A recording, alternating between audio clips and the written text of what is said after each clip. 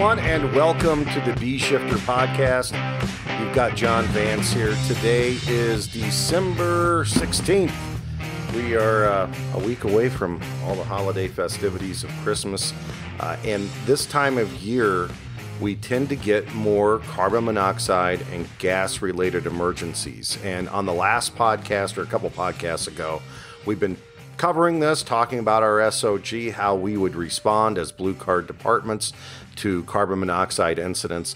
And then boom, an incident comes up where I think it's a really good lesson for all of us with some incident audio on a carbon monoxide incident that escalated with an actual rescue and clearing a building of multiple occupants. So we'll get into that. Today on the podcast, we have John Eadicicco. John's full-time job as a fire captain at the Loveland-Symmes Fire Department outside Cincinnati, Ohio. He works part-time as an assistant chief at the Lockland Fire Department, again outside Cincinnati, Ohio. And also joining us today is Blue Card Program Manager Josh Blum. Welcome to the podcast. We are glad you are here today. It's right before the holidays, guys. How are you doing? Y'all set for Christmas and everything else that comes along with what we've got coming up the next week or so? Very, very busy out here. Yeah. I know personally my department, my hometown department here that I'm on, we have been rocking and rolling. I was gone for a couple of weeks teaching and missed 2 structure fires and got a duty chief shift tonight. So I'm looking forward to probably some holiday oriented runs, which is kind of what we're talking about today. How about you, Josh? How you doing? All good. Yeah.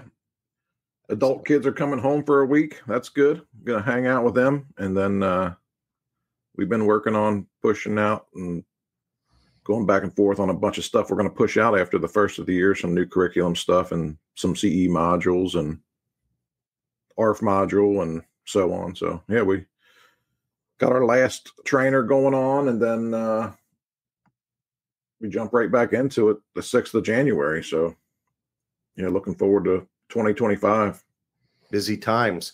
You know, lately we've been talking a lot about these seasonal emergencies, whether they are carbon monoxide incidents where we're getting a carbon monoxide alarm and what that looks like, especially as far as the deployment and natural gas emergencies. And today on the podcast, we wanted to talk about an incident that Chief Eadicicco went on where, it came out as a carbon monoxide alarm inside a multi-unit building.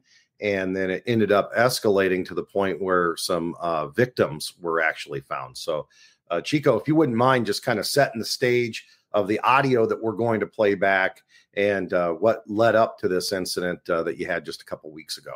Yeah, so we actually got called on our active 911 dispatch. It was a smoke odor indoors with a CAD note of odor of gas on the interior. It came from apartment 3 of the dispatched address, which we'll kind of talk about in a little bit about the building layout and how that really impacted our deployment. But that's what we got dispatched for.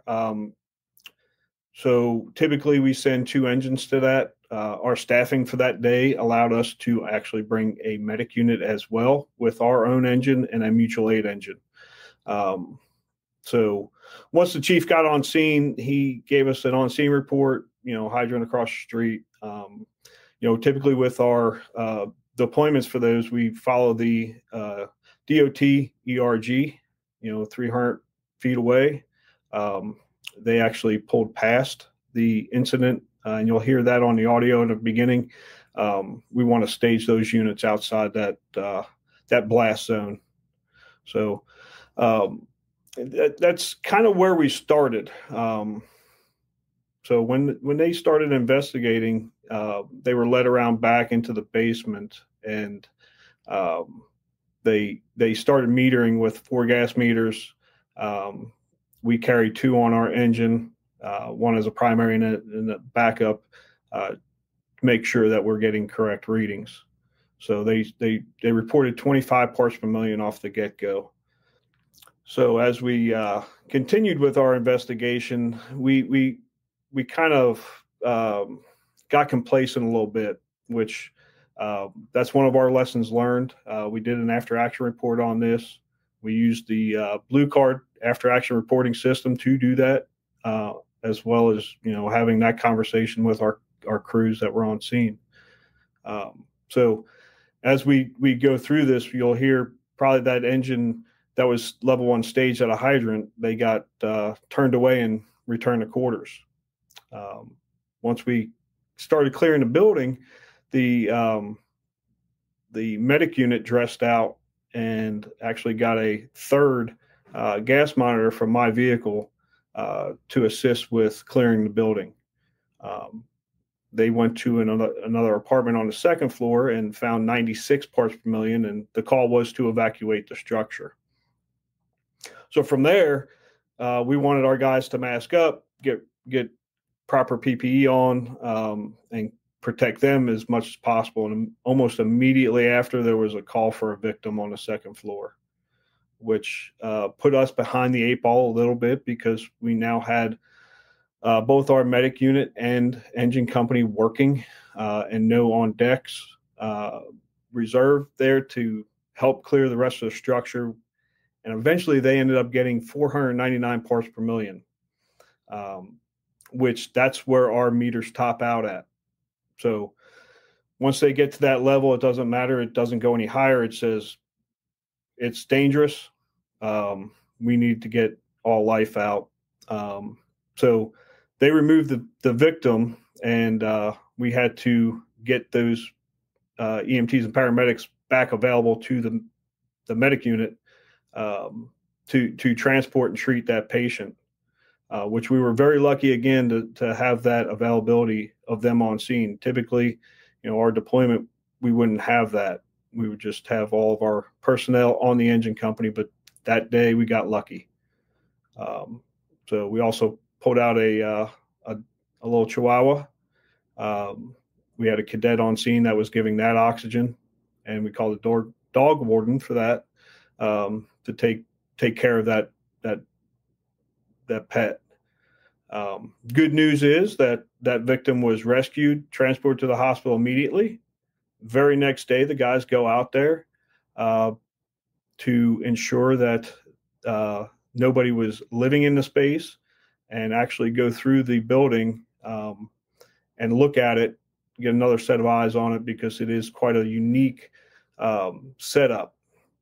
The victim was standing outside gathering his personal belongings. So he was back at home the next day, which was a huge success for us. And you guys had some experience with this building before, with CO incidents, and maybe some of the hardware and what they had to heat the building maybe wasn't properly vented, or they had some issues with that at some point. And also they had some illegal units in the building as well that you guys found, right? Correct. The building itself, if you look at it from the Alpha side, it looked like a typical two family, one address on the right, one address on the left. And it then was modified into 3 separate units, with some really weird and unique entrance areas. So the first floor you enter on the Alpha side. The second floor for the Bravo side, you entered, the Bravo side, you entered in on the Bravo side, go up to the second floor. The basement level apartments were on the Charlie side, and the Delta side apartment on the second floor, you actually entered in on the Charlie side. It was a covered up patio area where they added a stairwell to get and modified a stairwell to the second floor from the first floor. Very unique setup. All the utilities, the gas utilities, were in the basement. We had made a run there in April for a gas leak, and Duke Energy red tagged both the hot water heater and the boiler. And that boiler was said to have been repaired and put in service that morning. We got called out at 16:48. So, almost 5 o'clock in the afternoon. So whenever that boiler was put into service and the exhaust ran right up the middle through the chimney, middle of the building, and it looked like it exhausted into either a crack or a blockage of some sort. So, which caused the CO alarm. We talk a lot about best practice and really what we should be looking for. At what point, before we play this audio, should we be having that trigger to say, wow, this is a CO incident. This is an excessive parts per million, because we're kind of all over the place in the fire service on when we either trigger and say, hey, this is a larger incident. I'm going to get some more resources out here. And then at what point do we evacuate the building too? What should we be looking for on our meters? So before I get right to the meters, their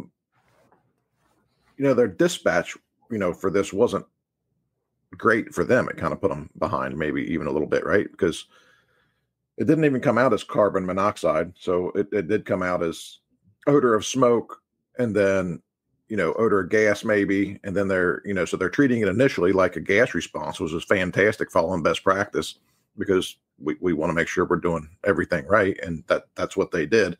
And then as they investigate, they found the carbon monoxide. So when they got into a space and found 25 parts per million, that really leads us right to if there's 25 parts per million right here where we walked in, we should check every single inch of every bit of that space to make sure where is the gas. So if I'm in the basement of that building and it's a boiler system and it doesn't have pressurized air, it's using more like a radiator system, it might not be moving air around much if it's radiator, but there's still air going to be moving around, somewhere. So, knowing what we know about carbon monoxide, that it's about the same weight as air, right? But it is a little bit lighter, so it is going to rise, but it mixes really well. So we always have that air movement. So understanding that, so you go into the basement, 25 parts per million, well, I definitely need to check above it. And in this case, when they went up, regardless of how the CO got there, getting to the top of that is a priority. And that is where they found, the most carbon monoxide.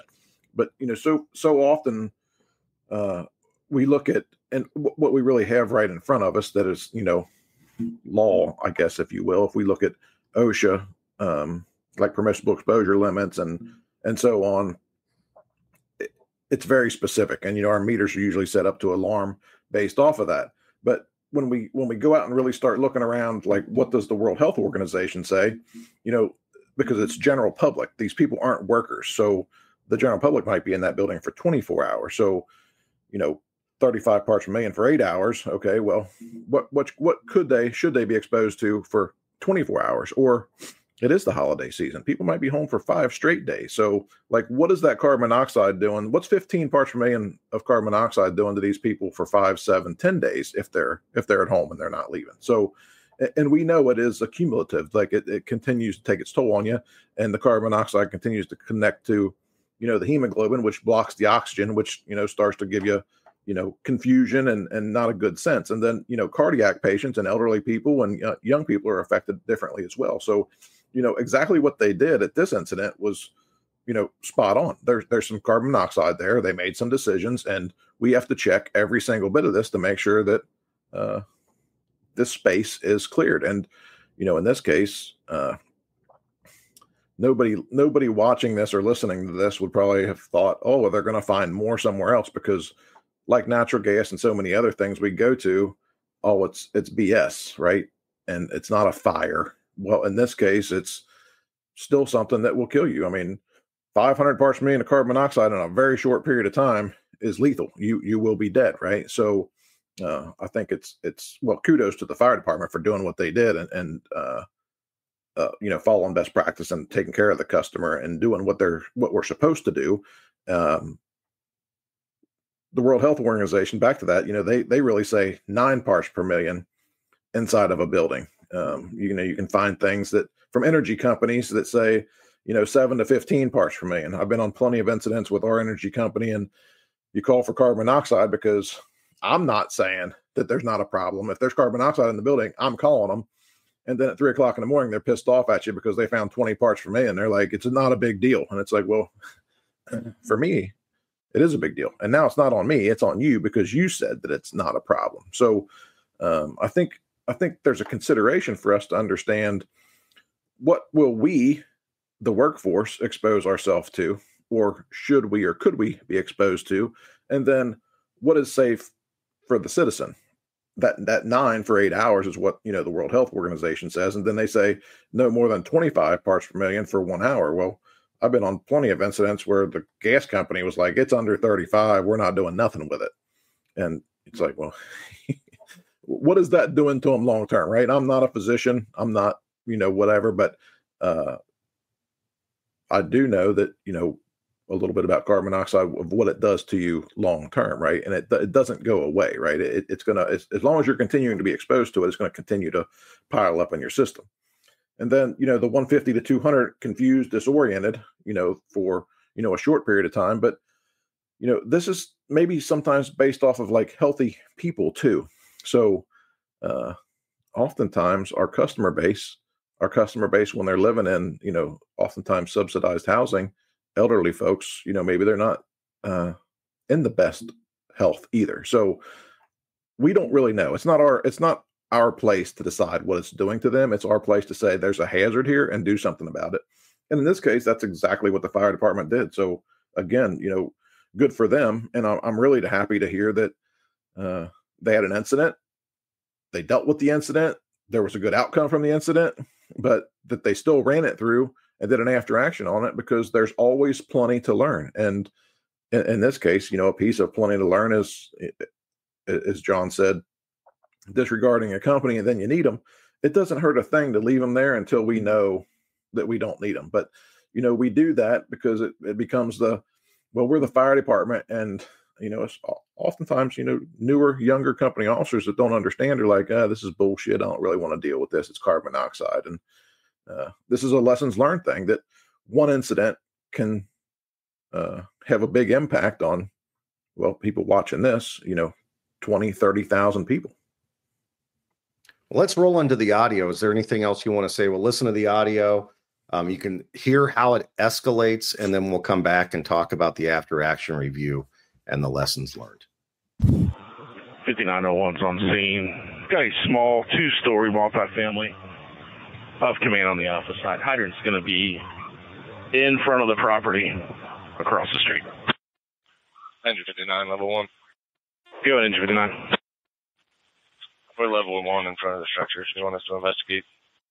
Go ahead and stop right there, 2 houses short of the structure. Send your crew up, or go ahead and pull past now since you're already up here. Pull past the structure, 2 houses down by me. Send your crew inside and check the interior.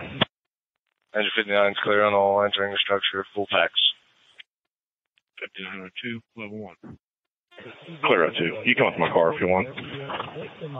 Engine 59, once you get your stuff off, make sure he pulls past the structure, please. Engine 83 is level 1. I got the 4-inch hydrant on Patterson. Command and Medic 59, why don't you guys shut the street off so these cars can stop coming around. Command and Medic 59. Go ahead. Were you clear to park your medic across the street so the cars stop coming now? Hey, for Medic 59, we're doing it now. That's clear. Engine 59 to command. I'm getting 33 parts per million of CO in here. No LEL. After 33 parts per million carbon monoxide, negative on LEL. Affirmative. Engine 59, that's clear. Can you check the remaining apartments as well? Do you have any need for engine 83? Negative. We're trying to find the source right now. Would you mind having Medic 59 dressing out and clearing the upstairs apartments? Medic 59 is clear. We're on our way now. Command engine 59, is your second monitor still on the truck? Negative.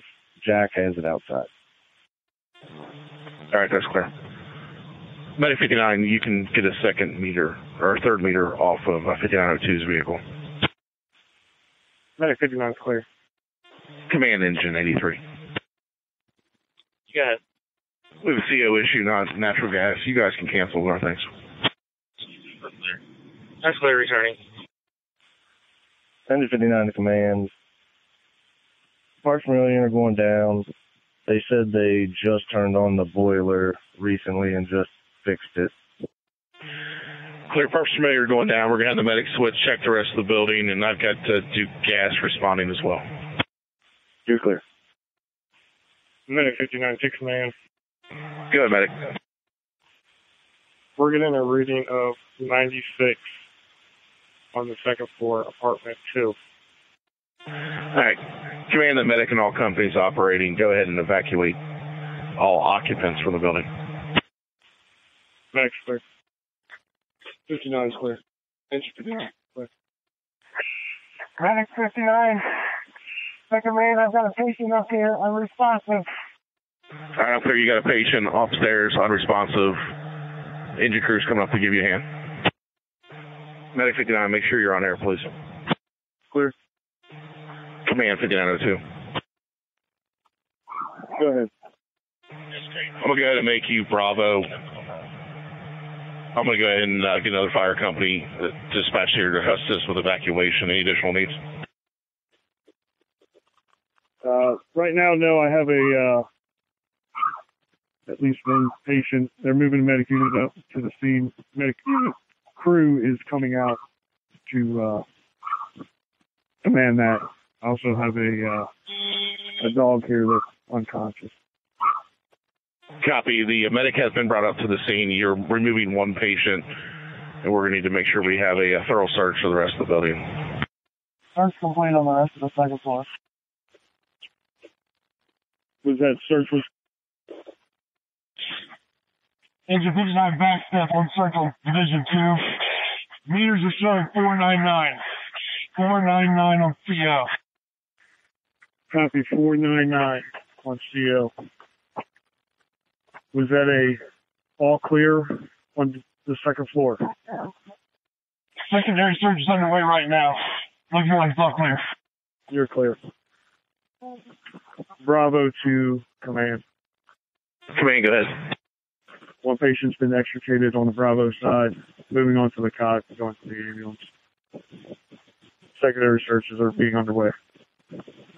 Copy the 499 on the CO. That's clear. I copy you.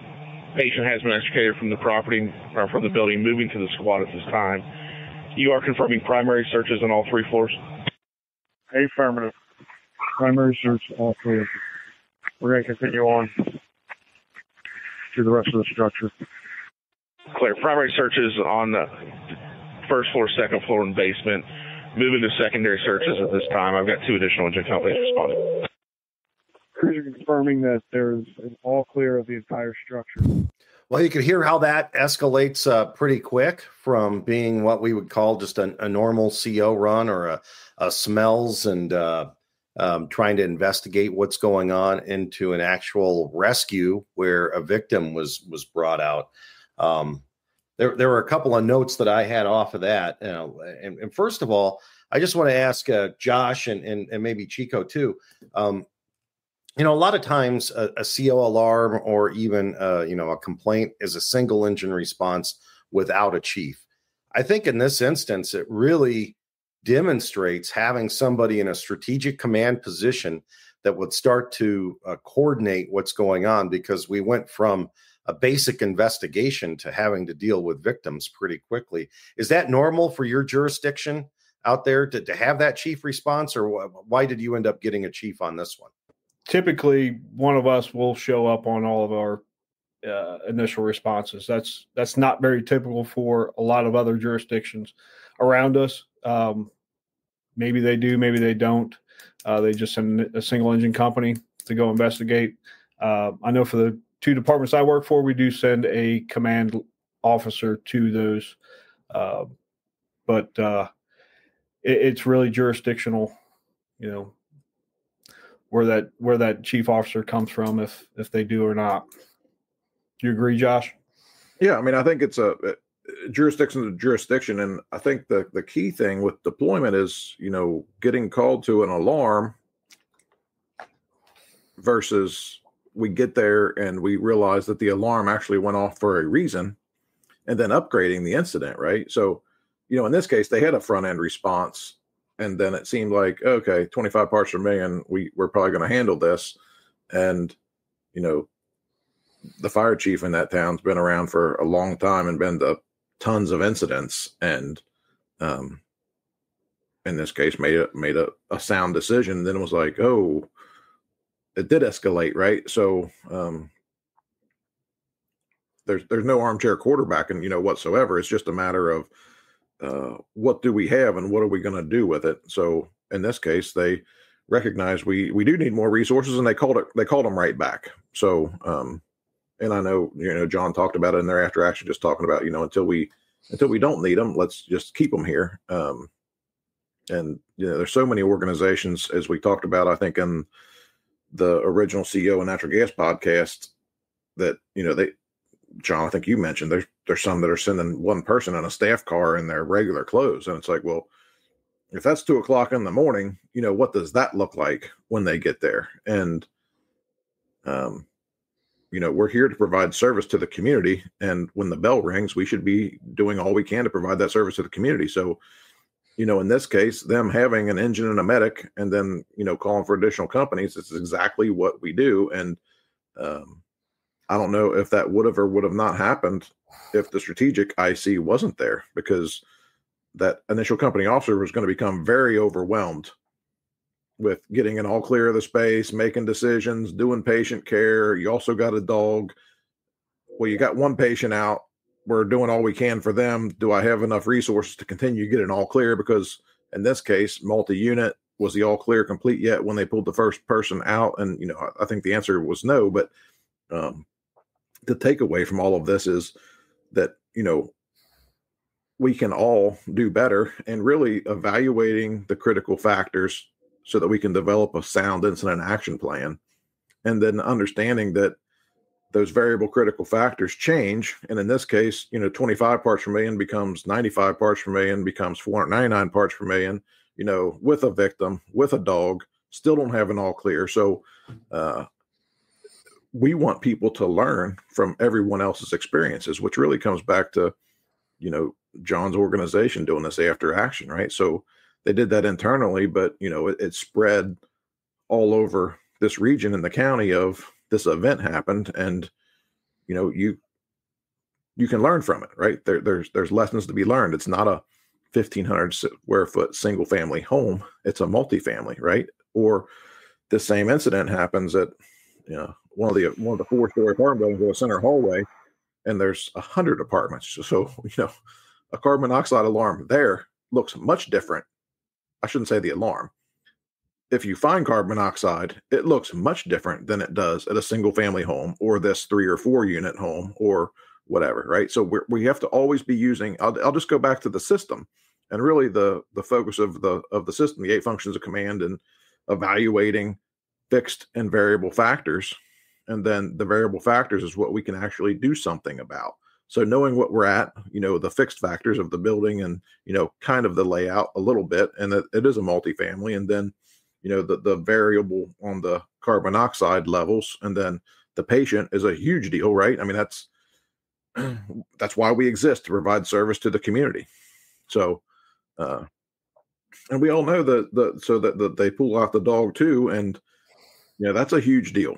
I mean, people's pets are part of their family, right? So, I'm, again, kudos to the fire department for doing what they did, and then, taking a look at themselves and saying, everything worked out, but we can still do better. John, what were some of the things that you guys identified then? There's a brand new module. We've been talking about it a lot this month on Blue Card. It's available for Blue Card instructors, and it's our after action review where you plug in the radio traffic and other documentation of the incident, and it helps you grade the incident using that. And then your discussion with the crews, John, what did you guys identify with your after action review? Yeah. So first and foremost was CO runs need to be run just like Josh said, with all the critical fireground factors, and managed the same way we run everything else. Check all the spaces. That was a huge deal for us. Making sure that every space of that building was touched, looking for those victims. The way the construction was a hindrance to us. I got a couple of looks when I asked the question, are we we sure that we have all the spaces checked? And a very seasoned captain looked at me like, man, I just don't know. We need to go back in there and do another round. Go do it. We talked about the building construction already and how that impacted. That was another critical fireground factor for us of, these have illegal basement units, efficiencies, and, being occupied when they really shouldn't have. The modifications to that building from a 2-family to now a 6-family, that was a huge lesson learned for us. When we have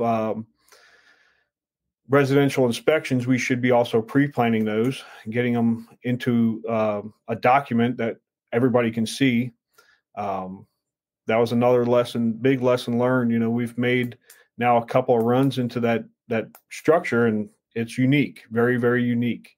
Had there been a fire where there's smoke and trying to get to the second floor of that apartment building, and it's on the Charlie side, nobody would have guessed that it was on the Charlie side, hidden underneath and kind of an awning, if you will, or a porch roof.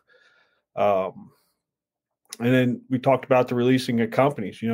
I needed companies when I was put into the tactical position. My guys were working. They were working on removing a victim, but the rest of the structure was not being ventilated. It was not being searched.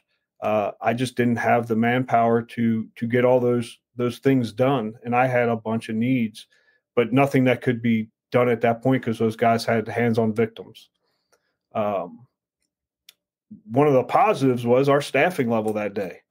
It was fantastic for us to have 7 people on duty that day, to where I could get that medic unit just moved up the street a little bit, get the cot out and ready for that victim. When he was removed, the cot was right next to me, and they plopped him on the cot and transported him rather rapidly. So one big negative for me that I took was I was sitting in the command vehicle in the beginning of this. And then as that victim got called out, I was deployed to the Bravo side. I didn't dress out. Our model, I should have been in full PPE with an SCBA, being inside that warm zone. Due to the escalating factors of all this happening, I didn't do that.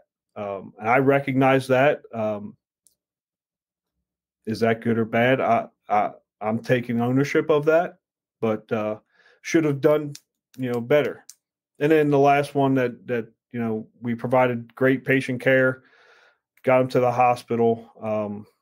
Had we not done everything right, that victim would have been dead in all rights. So we got him alive, and he's back at home the next day.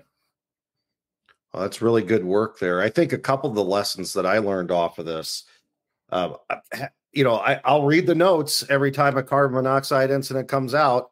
And with my jurisdictions, it's kind of pick and choose whether the chief goes or not. But having that chief there to not only make sure that apparatus was properly placed, that there was an area, 300 feet away, that traffic was being shut down, apparatus was being positioned appropriately. At one point, I think when they hit 96 parts per million, before that, he actually wanted to make sure everyone had their PPE on when they started picking it up on their meters. So he was confirming that people were on air. Then finally, when we hit 96 parts per million, he ordered an evacuation of the entire building. So being able to have a command officer there in charge strategically to coordinate all that stuff, I think made for a much smoother incident. I'm just thinking about my jurisdiction. That would have been a single company response without a chief.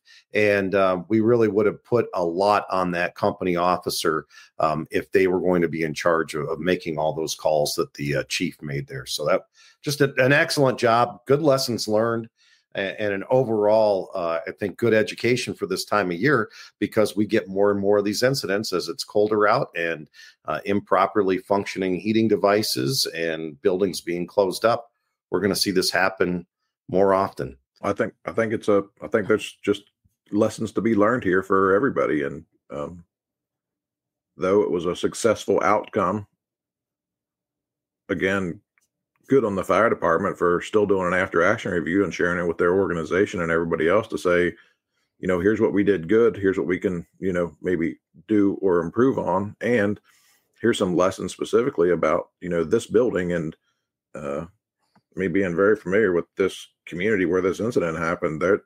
That's not the only one like that, because there's tons of two families that everybody out there that has, I shouldn't say everybody, but a lot of these people who have rental property, they're trying to get more and more out of it. And, an apartment becomes, separate sleeping rooms and all of that. And I think as John, talked about that, it being all broke up and then, face to face with a very seasoned company officer captain and saying, are we sure you got an all clear?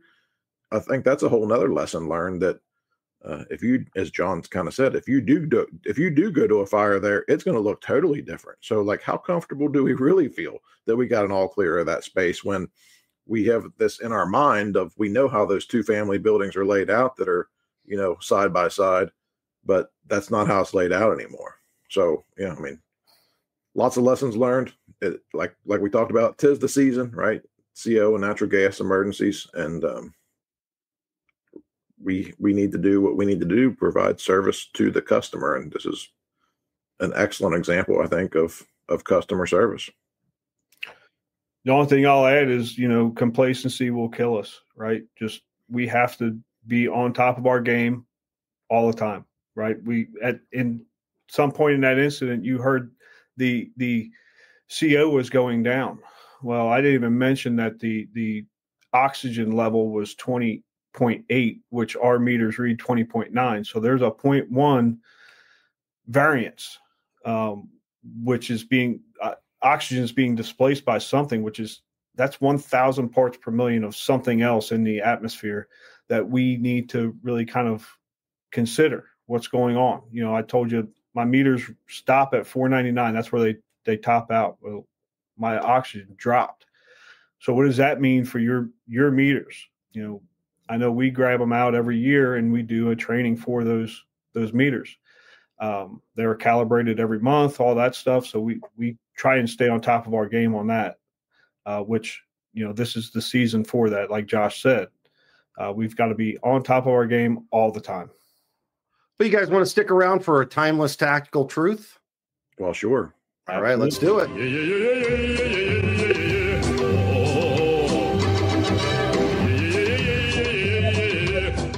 All right, timeless tactical truth from Alan Brunacini. Firefighting, every little thing matters. And I think that's appropriate for the one that we had today, where you look at the details of these calls, and oftentimes we file it under it's a routine emergency, or this is, it's a single engine response. What's the big deal? But little things matter. You talk to that victim that was pulled out, or the person who got their dog rescue. Those things matter to them. Details and those little things end up being bigger things when the incident starts to escalate. Agreed. I totally believe in you take care of the little things and the big things just seem to work out. We take care of all those little bitty pieces and make sure that we're doing everything right. It starts from, the turnout, getting on the truck, right? Getting to the right address and training our people the right way. Absolutely. Every little thing matters to the big picture. Yeah. I think that to me, this lines right up to, there's a few people out there that talk about it, but I think Mike Dugan talks the most about it. Like what it looks like in the firehouse, all those things add up to what it looks like in the street, right? So if you're jacking around in the firehouse all the time, don't take anything serious. That's what it's going to look like on the fire ground too. And, and within this organization, that structure of we're here to provide service is a top priority. And I think that lines out to the support that the people in the street get from the fire administration and the community there. Like, there's not a whole lot of one station fire departments you go to that have 4 gas meters on their first due engine and a single gas meter in both chiefs' cars, because they want to make sure that they're doing it right. So it's like all those little things, and then verifying and making sure that our meters are calibrated, and then the training on what do those meter readings really mean, and then the whole piece of, like John said, being dressed appropriately. What does our communication sound like? So, in this case, on this instance, the little things, if that would have come out as priority traffic, it would have been like, oh, wow, that was absolutely fantastic, right? But it came out. And did anybody think that they were going to go up there and find somebody unconscious? Absolutely not, right? So it's like you're caught off guard. So it just comes back to, all the little things add up. So, from communications to evaluating factors. I always talk about when you see the company going down the street with no seatbelt, no headsets on, and doing dumb shit, expect them to do dumb shit on the fire ground too, right? So it's every little piece.